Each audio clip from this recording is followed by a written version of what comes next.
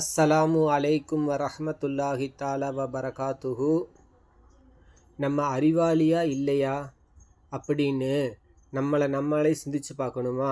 அப்போ இந்த உலகத்தில் வாழக்கூடிய வாழ்க்கையை நம்ம கொஞ்சம் சிந்திச்சு பார்க்கணும். நம்ம இந்த உலகத்தில் வாழும் பொழுது இந்த உலகத்துக்காக வேண்டி மட்டுமே நம்ம வாழ்ந்தோம்னு சொன்னோம்னா, நம்ம இந்த உலகத்துக்காக வேண்டி மட்டுமே வாழக்கூடிய வாழ்க்கையாக நம்ம வாழ்ந்தோம்னு சொன்னோம்னா, நிச்சயமாக நம்ம தான் அறிவாளி இல்லை. நமக்கு மறுமையும் இருக்குது. நம்ம மறுமைக்காகவும் நம்ம என்ன செய்யணும்? நம்ம வாழணும்னா நம்ம தாங்க அறிவாளி. இதை நான் சொல்லலைங்க, அல்லாஹு தஆலா குர்ஆன் ஷரீஃபில் சொல்கிறான், வமா ஹலக்குத்துல் ஜின்ன வல் இன்ச இல்லா லியஅபுதூன். நான் மனித வர்க்கத்தையும் ஜின் வர்க்கத்தையும் என்னை வணங்குவதற்காக வேண்டி மட்டும்தான் நான் படைச்சிருக்கேன்னு அல்லாஹ் என்ன செய்கிறான்? தன்னுடைய இபாதத்துடைய நோக்கத்தை அல்லாஹ் வலியுறுத்துகிறான். ஆனால் இன்றைக்கி நம்ம என்ன செய்கிறோம்? நம்ம பொருளாதாரத்தை தேடி, இந்த உலகத்தை தேடி நம்ம முழுக்க அதுக்கே நம்ம முழுமையாக செலவு பண்ணிட்டு நம்ம மறுமையை என்ன செஞ்சிடறோம்? நம்ம கோட்டை விட்டுடுறோம்.